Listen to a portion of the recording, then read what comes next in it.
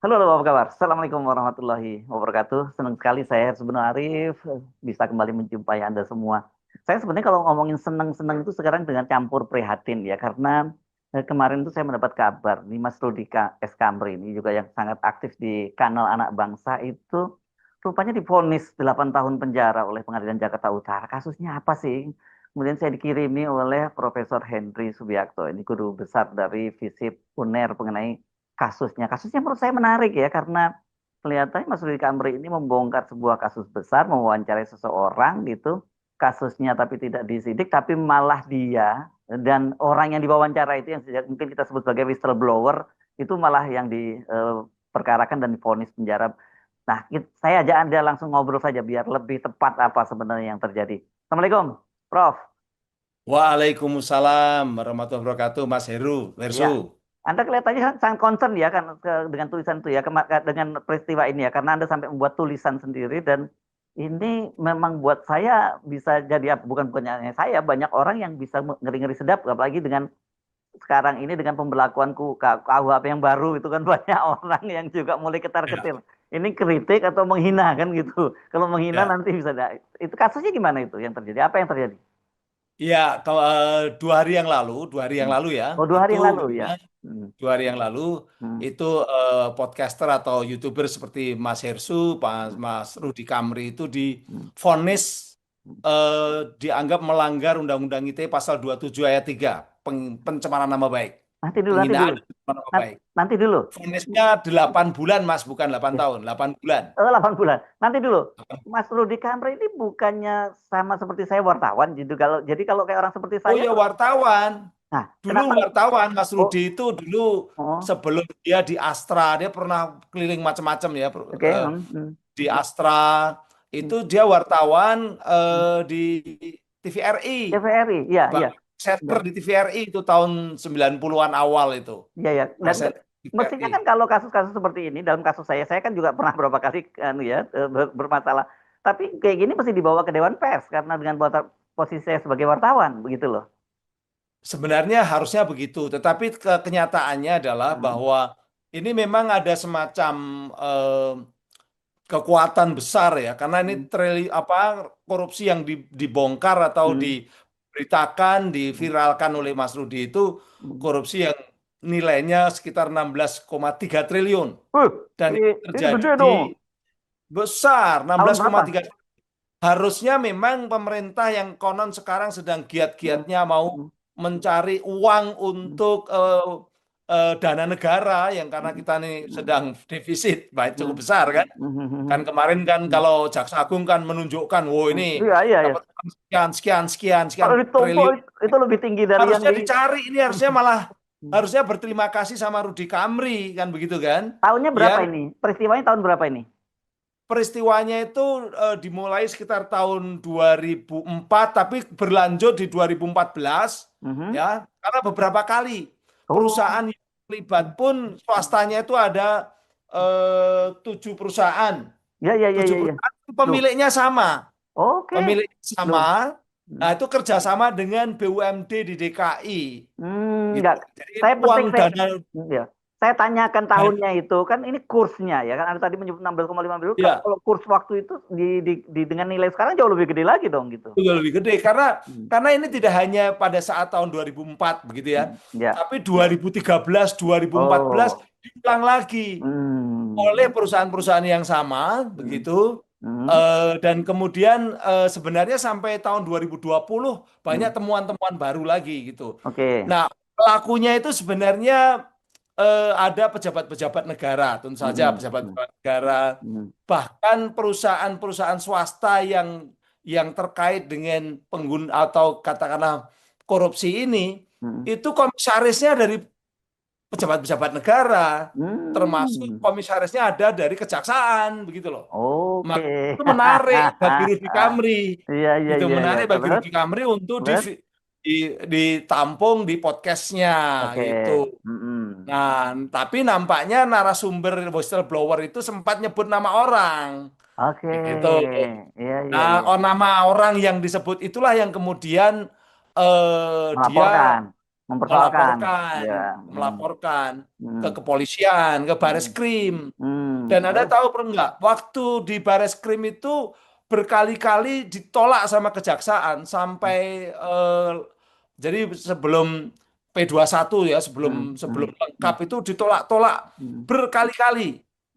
Itu Terus? berkali-kali sampai ada gelar perkara khusus segala. Hmm. Saya juga diundang ketika ada gelar perkara khusus itu Hmm. untuk apakah ini cocok dengan Undang-Undang ITE. Hmm. Waktu itu kami melihat bahwa tidak cocok karena pasal-pasal yang dipakai itu pasal hampir sama dengan kasusnya Roy Suryo, Waktu itu, pasal 2 waktu ayat itu Anda 2. masih jadi staf ahli di sana, masih di Kominfo waktu itu. Oh enggak. Udah enggak? Ini udah kalau udah proses Hmm. hukumnya ini yang Hmm. terakhir karena hukum Hmm. ini tentang ITE ini Hmm. tahun 2023 ya, Oke. mulai Hmm. di proses itu 2023, Hmm. kemudian ada pemanggilan ke kepolisian itu 2024 begitu, Hmm. Hmm. dan diadilinya 2025. Oke. Diadilinya 2025. Hmm. Vonisnya tahun 2025. Nah, Mas Rudi Kamri kena vonisnya kemarin 8 yang bulan, ya bukan 8 tahun tinggal ya. ya Hmm. kena 8 bulan, 8 bulan kemarin. Mas, 8 bulan itu bukan barang sedikit kalau Oh iya bagi kita. dong, iya dong, bukan. Ya, Ya yang sehari biasa. sehari pun itu persoalan kalau kita tidak memang tidak, ya kan? Ya. Iya, dan agak susahnya Mas Rudi ini kena kena aturan baru, KUHP baru. Oh, KUHP baru itu hmm, kalau kalau dia udah divonis 8 bulan misalnya begitu, hmm, kemudian hmm, nanti bandingnya memperkuat vonis hmm. menjadi 10 bulan atau katakanlah 5 bulan, itu langsung masuk, nggak bisa kasasi. Loh, bukannya Karena kan, dalam bukan, dalam oh ya, undang-undang KUHP hmm, baru, hmm. kasasi itu hanya boleh kalau sanksi hukumannya itu di atas 5 tahun. Nah ini yang Ini. kecil-kecil nanti langsung pada masuk ini. Loh, bukan kan ada aturan peralihan. Biasanya kalau di situ disebutkan bahwa kalau berlaku aturan hukum yang baru, itu akan dipilih mana yang menguntungkan si terdakwa. Kan harusnya begitu. Ya, tapi kalau untuk undang-undangnya ini ya, untuk Hmm, undang-undangnya itu memang ini memang relatif ya. hmm. Mudah-mudahan aja masih bisa. Tapi Ya, ya. Hmm. Ya, masih oke. bisa. Tapi mengikuti undang-undang KUHP pasal 299 Hmm, itu setelah dia berlaku itu baru hmm, boleh kasasi kalau tadi kasasi itu boleh dilakukan kalau di atas 5 tahun sanksi hukumannya. hmm, Sementara hmm, ini kan untuk penghinaan pencemaran baik sekarang hanya 2 tahun, bahkan di hmm, KUHP hanya 1,6 bulan. hmm. Jadi Ya, 1,6 tahun, satu 6 setengah bulan, tahun. Hah? 1 tahun 6 bulan. 1 tahun 6 bulan. Ya, Satu ya, tahun ya. enam Ya. bulan, satu Hmm, tahun 6 bulan. Jadi ini nanti kalau orang kena KUHP baru, hmm, KUHP baru hmm, yang terkait dengan hmm, norma ITE, hmm. itu bisa langsung masuk, Mas. Jadi bisa Oh. cepat masuk karena kemungkinan untuk kasasinya itu menjadi tidak tidak mudah lagi sekarang. Padahal tadinya kan Memang, kalau memang belum itu inkrah, tujuannya. ya kalau belum inkrah nggak boleh nggak masuk gitu kan sebelumnya Ya gitu ya. kalau dia nggak bisa kasasi kan otomatis inkrah. Iya, Dibanding langsung inkrah. iya, iya, Itu. iya. Tapi tergantung Ya, siapanya karena sudah inkrah pun di Makassasi masih nggak ditangkap sampai sekarang kok. ah, Nah, itu ada itu ya, ya, ya ya, itu ya kan. juga juga ya Jadi, artinya gini, hmm, hukum itu seringkali dijadikan sebagai hmm, sarana. Jadi hmm, politik apa ini dia sebagai political engineering, tools of political engineering ya, sarana ya, politik. Kira-kira ya, kalau ya, oke. lawan politik ya cepat masuk, tapi kalau Nggak, dia ya, eh, apa? bagian dari Kekuasaan kelompok ya, politiknya ya ya, ya. bisa. Oke, tapi balik lagi ke Mas Rudi Kamri ini. Oke, Jadi Mas Rudi Kamri kena 8 bulan. Yang whistleblower-nya yang diwawancarai oleh Mas Rudi 10 Kamri bulan, 10 bulan. kena 10 bulan. Oke. Tapi kan dia masih sempat banding, Hmm, gitu ya. Dibandingnya dia juga kena 1 tahun. Dia kena 1 tahun tapi percobaan. Jadi satu masih percobaan. agak lumayan. Nah, Mas Rudi yang justru ini kalau dia dibanding nanti dia tidak bisa mendapatkan bebas murni, Hmm. misalnya dia kena 3 bulan ya dia bisa langsung masuk. Ya Ini yang ya makanya kenapa kalau perlu. percobaan kan nggak harus masuk dong kalau percobaan. Kalau percobaan nggak harus masuk. Kalau Hmm, pakai percobaan, tapi kalau tidak ada percobaan, hmm, jadi misalnya hmm. kurungan 3 bulan langsung masuk itu. Oke. Kurungan 6 bulan langsung masuk itu. Mari kita Gitu. bahas ya secara substansinya bagaimana mungkin kalau wartawan kemudian katakanlah gitu ya harusnya posisinya ya itu kok kemudian dia dikenakan apa divonis, padahal apalagi katanya Anda tadi katakan bahwa waktu korupsinya itu sudah pernah disidik atau belum nih kasusnya? Pernah disidik, Hmm, pernah pelakunya atau yang terlibat hmm, itu kemudian di apa geledah ya, atau hmm. digeledah itu di apa ya Ya dia digeledah, geledah rumahnya ya. Hmm. digeledah rumahnya, Hmm. kemudian dia dicekal, itu ada. Oh, Cekal itu ada. hmm, Nah, kemudian memang ada berbagai macam apa ini upaya ya, upaya hmm, untuk supaya di SP3 dan hmm, sebagainya. hmm, Nah, tetapi ini kasusnya tidak satu. hmm, hmm, Kasusnya itu juga banyak gitu loh. hmm, hmm, Makanya pelaporannya juga tidak hanya satu hmm, terhadap orang yang sama, tapi terkait dengan 7 perusahaan. hmm. Nah, dan itu perusahaan itu sebenarnya termasuk yang memanfaatkan tanah-tanah milik Pemda DKI yang dikelola oleh 3 BUMD, Hmm, baik itu Ancol, apa ini pembangunan Jaya Ancol ataupun juga Jakpro hmm, dan Saranjaya itu. hmm, Nah, itu tanah-tanahnya itu kemudian bisa berpindah tangan, termasuk hutan mangrove hmm, yang ada di Jakarta Utara itu, yang dulu hmm, hutan hmm, mangrove, ada yang kemudian berpindah hmm, menjadi wilayah hunian dan wilayah apa dijual untuk wilayah bisnis, hmm. termasuk perdagangan dan sebagainya itu. Nah, Ya, oke. ini adalah korupsi gitu ya. Hmm, Tetapi memang tadi dikatakan bahwa kasus korupsinya ternyata ya dulu memang pernah ada Jaksa Agung yang hmm, sempat keras. hmm, Tapi ketika kemudian pergantian hmm. pimpinan berubah lagi Jadi kebijakannya. kasus ini dia sama sekali tidak pernah di, dipidanakan gitu, nggak pernah sama sekali. Belum pernah, jangan dipidana, belum pernah diadili. Oh, Jadi diadili. berkali-kali dilaporkan, kemudian berkali-kali juga ada tindakan, Hmm, pernah dari kejaksaan, juga pernah dilaporkan ke KPK, begitu ya. hmm, Tapi karena Anda tahu sendiri, Mas, ini kan triliunan dan dia adalah pengusaha hmm, cukup besar dengan ya, ya, perusahaan-perusahaan yang cukup banyak dan ya. perusahaannya juga berkembang begitu, Hmm. dan tadi perusahaan-perusahaan ini komisarisnya para pejabat. Oke, jadi ini Mas Rudi Kamli, Perusahaan dari ya, pelaku ini ya, ya, komisarisnya para pejabat ya, sehingga mereka bisa baku apa atur, ya, sama. ya, baku atur lah gitu di antara mereka ya. Iya, Ya, ya. Jadi Mas Rudi ini kalau termasuk apa? pejabat kejaksaan. Jadi Oke. ada akta-akta dari perusahaan-perusahaan itu yang Hmm. pejabatnya kelihatan. Kalau nanti mau dibuka itu Harusnya ada. Tapi harusnya dalam nggak konteks boleh toh, ini kita nggak boleh kan? apa? Harusnya seperti itu nggak boleh kan harusnya. Ya itu jelas banyak persoalan lah secara Hmm. hukum maupun secara Ya, etika moral ya. hmm. Karena ada konflik kepentingan. Yes, Apalagi oke, kalau dia pejabatnya pejabat penegak hukum itu kan oke. konflik kepentingan. Jadi ini Tapi Mas, kan Anda ya, bisa lihat itu memang banyak kan hmm. orang memang punya jabatan Ya, di ya, ya. apa di komisaris swasta itu. Iya. Oke, jadi Mas Rudi Kamri ini rupanya berhadapan dengan orang kuat lah ya, figur kuat ya dia akhirnya. Sangat kuat, Ya, ya, oke. Nah, sangat kuat. jadi apa sekarang yang diupayakan oleh Mas Rudi Kamri selain langkah-langkah hukum? Ini kan harusnya Dan- yang begini ini jadi concern ya tersendiri ya, karena bagaimanapun juga harusnya dia ini kan sebenarnya membantu ya penegakan hukum yang apalagi sekarang sedang giat-giatnya dilakukan oleh pemerintahnya Prabowo kan, begitu kan? Iya, dan juga di undang-undang apa Tipikor itu sebenarnya ada perlindungan terhadap partisipasi publik gitu ya. Oh, Publik oke. itu Hmm, ya ada perlindungan. Lebih bagus lagi kalau di undang-undang lingkungan hidup ya. hmm, Undang-undang lingkungan hidup itu ada yang namanya regulasi terkait dengan anti slap. Jadi apa strategic of lawsuit hmm.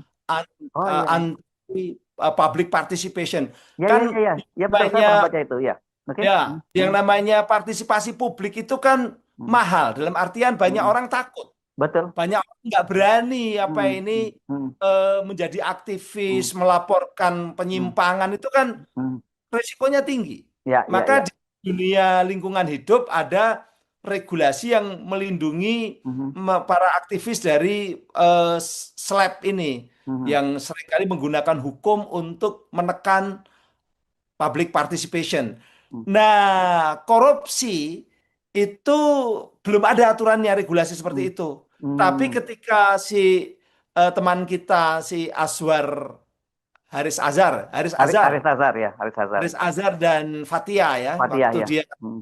Di dia juga Bareskrim. kena undang-undang Hmm. ITE itu Hmm. Hmm. Mahkamah Agung itu setengahnya dia membuat semacam apa norma baru bahwa partisipasi publik yang mengkritik Hmm. institusi, mengkritik Hmm. perusahaan, apalagi merusak lingkungan, Hmm. itu harus dilindungi, Ya, tidak ya boleh betul, dikriminalisasi gitu. betul, betul. Ya. Sebenarnya ini juga yang menjadi korban dari korupsi itu juga termasuk wilayah-wilayah kerusakan lingkungan hutan mangrove di Jakarta Utara.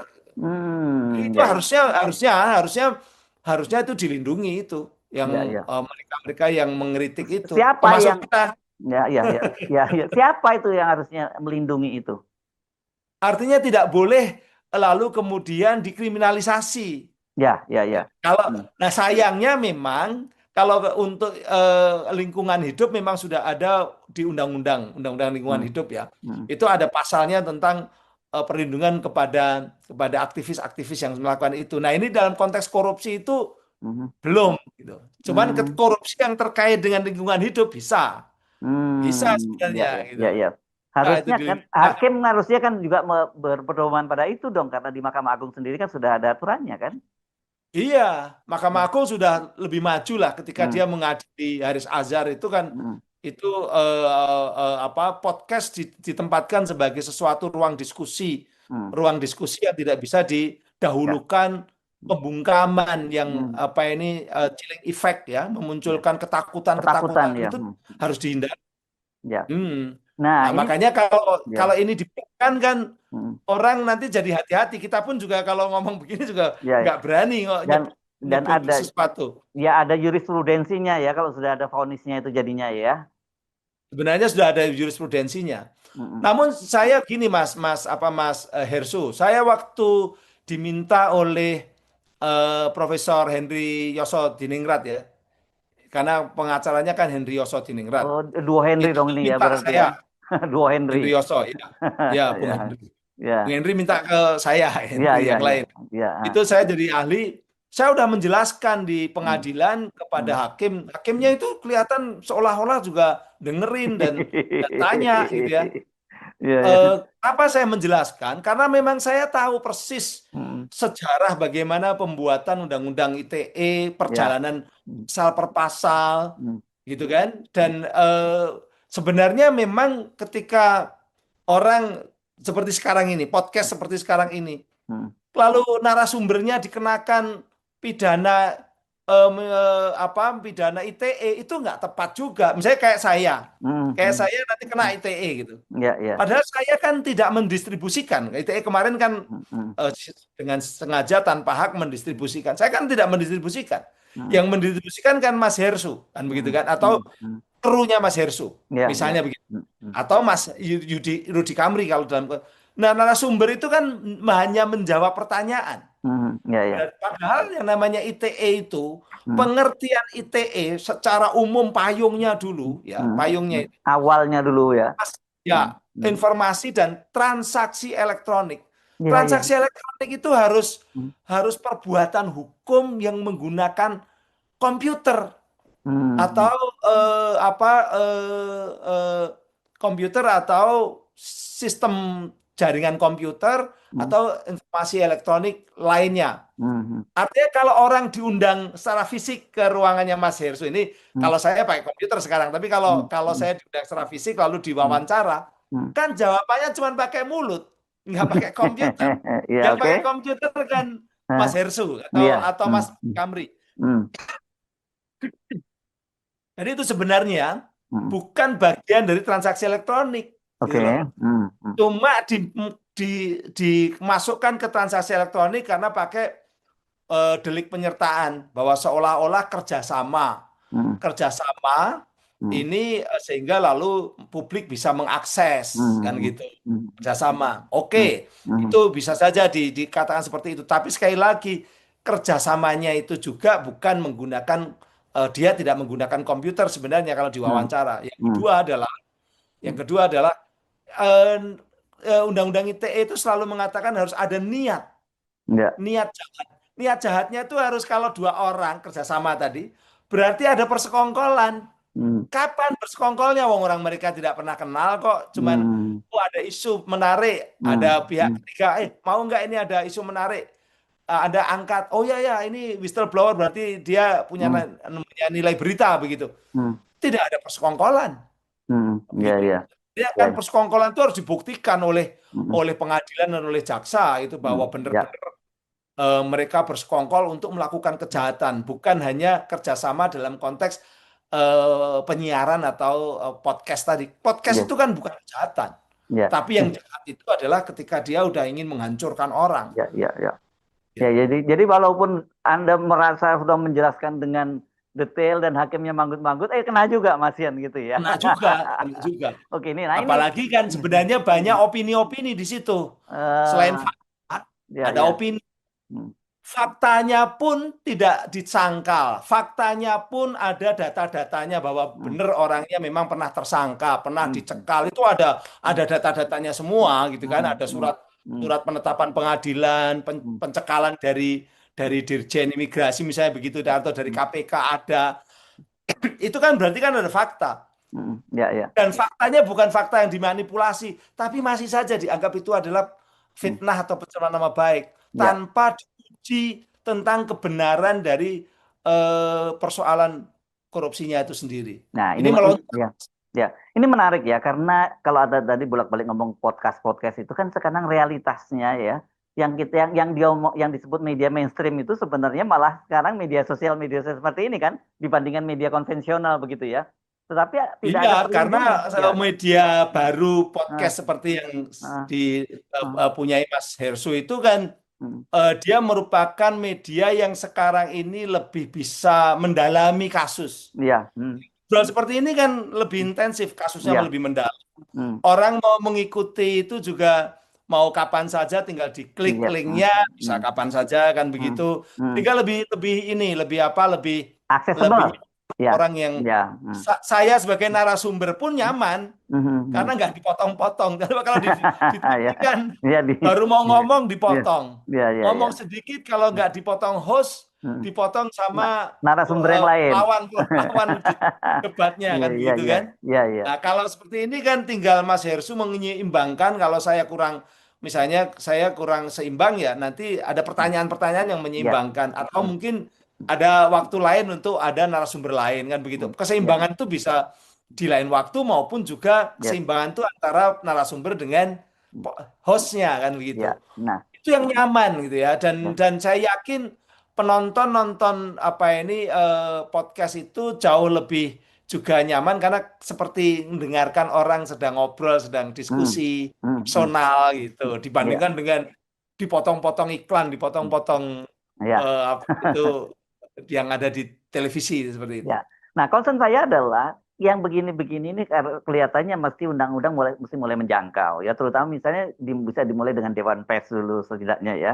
Kan kalau orang seperti saya misalnya dengan latar belakang saya punya kartu PWI dan sebagainya, saya bisa ketika diperiksa oleh penyidik saya bisa menyatakan bahwa saya wartawan dan ada ini MOU antara Kapolri dengan Dewan Pers bahwa untuk ada sengketa produk jurnalistik itu harus kembali dulu ke Dewan Pers kan begitu. Tapi kok buat Ya, betul. teman-teman yang lain yang juga melakukan hal ini kan relatif mereka nggak punya perlindungan sama sekali nih, Prof. Henry. Itulah makanya akhirnya lalu terjadi inequality before the law. Ya, Ketidakadilan di depan hukum. hmm, Kalau pernah jadi wartawan dan kartu persnya masih ya, aman kan aman, katakanlah gitu aman ya, kan ya, hmm, itu pun juga tergantung penegak hukum juga kadang-kadang ya, ada ya, penegak hukum lokal juga. ya, ya, Eh, ya.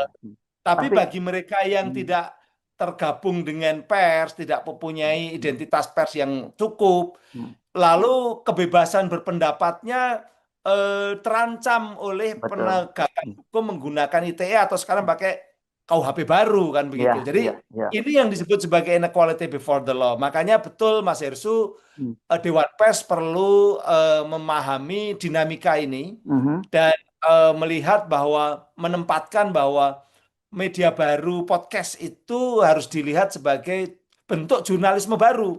yes. Kan ini Hmm, jurnalisme.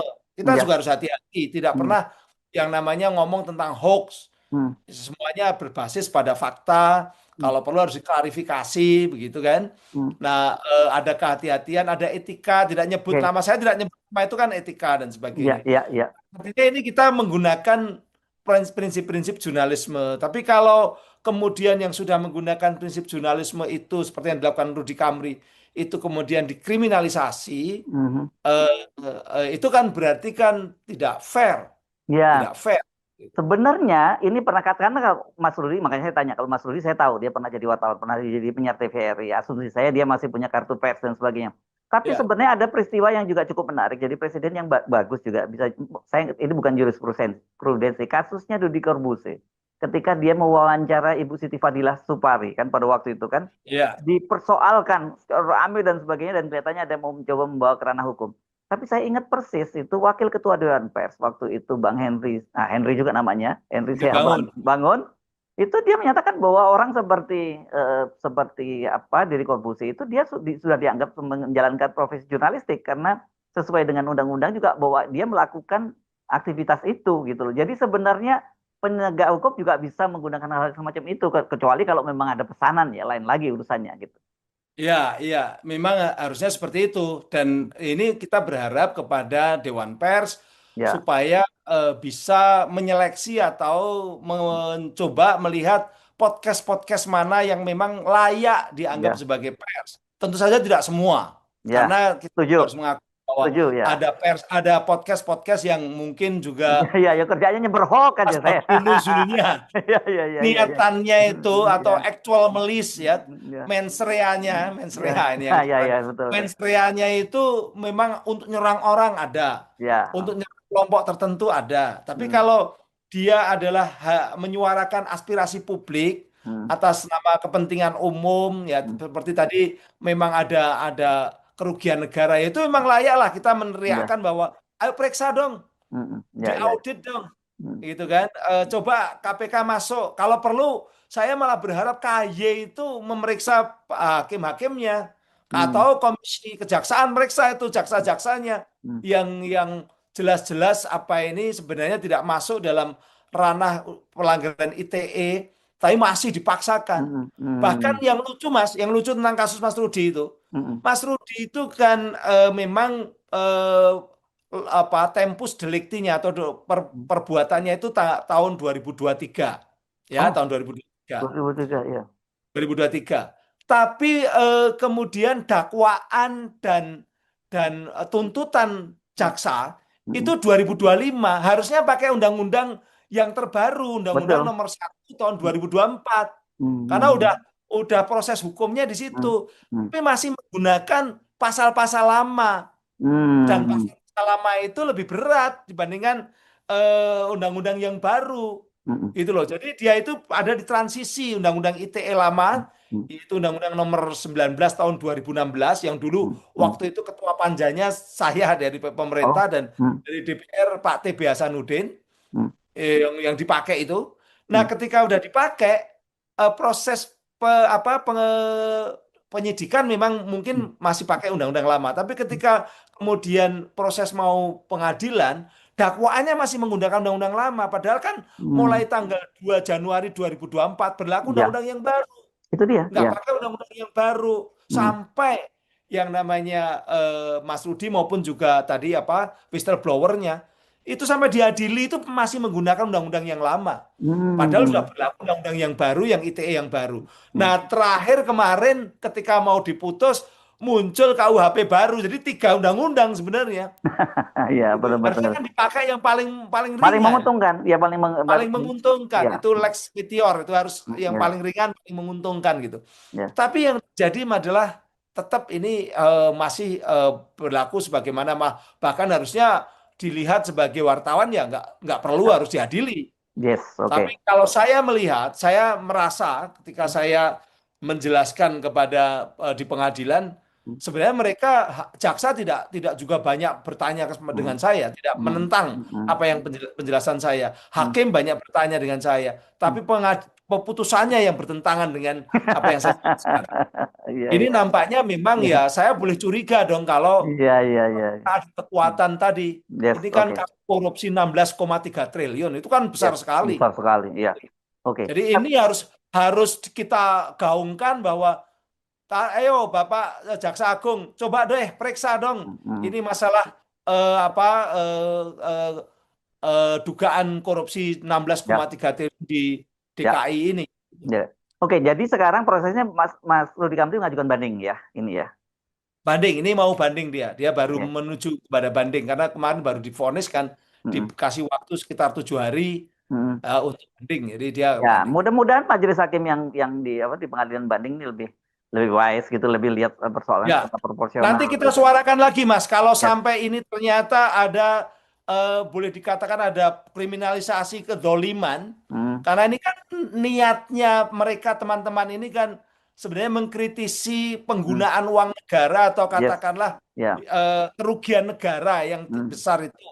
Kan itu yang didorong. Iya, Eh, dan mereka yang membantu dikenakan Pak adalah Prabowo tadi, ya, membantu iya, Pak Prabowo yang bolak-balik ngomongin. membantu Pak Prabowo, membantu Iya, pemerintah iya, supaya kebocoran itu kalau bisa yes, syukur-syukur bisa kembali kepada negara. yes, setuju. Syukur-syukur bisa dipamerkan seperti Enggak. kasus yang kemarin Pak Jaksa Agung kan begitu kan? Iya, iya, iya. Kok ini Tuh. malah Ini malah dikriminalisasi ya? whistleblower-nya Iya, iya, di iya, apa di iya. pidana. Ini kalau dibiarkan nanti pada tadi chilling effect tadi efek Efek ketakutan. takut ya. Tadi Oke. pagi saya udah ditelepon oleh seorang penulis yang ia Hmm. mengatakan saya nggak akan nulis lagi, Prof, karena Hmm. teman saya baru saja nulis di Muda News, sebuah apa ini sebuah Hmm.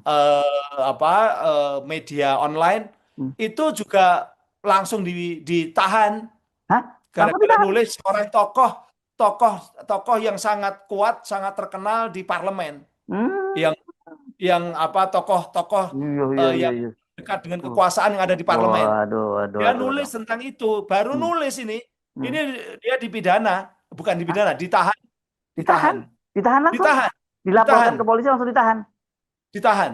Lu, Jadi ada lu. tahanan ini. Jadi ini yang menyebabkan tadi chilling effect, ketakutan kepada efek-efek seperti ini, terutama karena ada undang-undang baru ya. Yes, Itu. oke. Hmm. Jadi ini kita semacam warning ini Ya, bahwa memang demokrasi dan kebebasan berpendapat agak sedikit banyak tekanan dan hmm.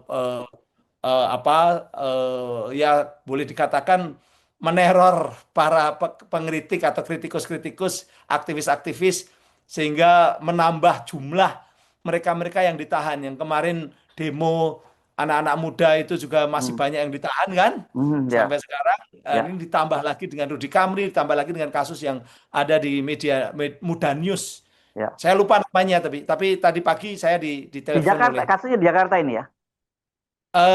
Jawa Tengah kayaknya. Oh, di Jawa Yang Tengah. telepon saya dari aktivis dari Jawa Tengah, Oke. dari Jawa Tengah. Baik, Kalau Prof. Muda News sendiri itu dikelola dari Medan.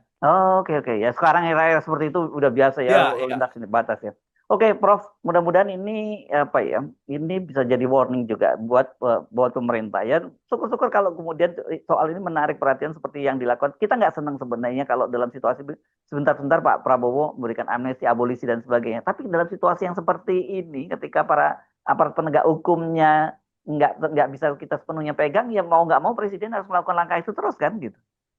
Dan ini menunjukkan bahwa reformasi Polri itu penting sekali. Yes. Reformasi kejaksaan mungkin juga penting juga Yes, itu. Dan ya, artinya penegak hukum ini perlu memang yes, direformasi minimal apa mindset dan ya, kulturnya ya. yes, Ya. oke. Baik, terima kasih Prof. Henry Subiakto, Guru Baik. Besar dari FISIP Universitas Airlangga. Sampai ketemu lagi. Assalamualaikum warahmatullahi wabarakatuh.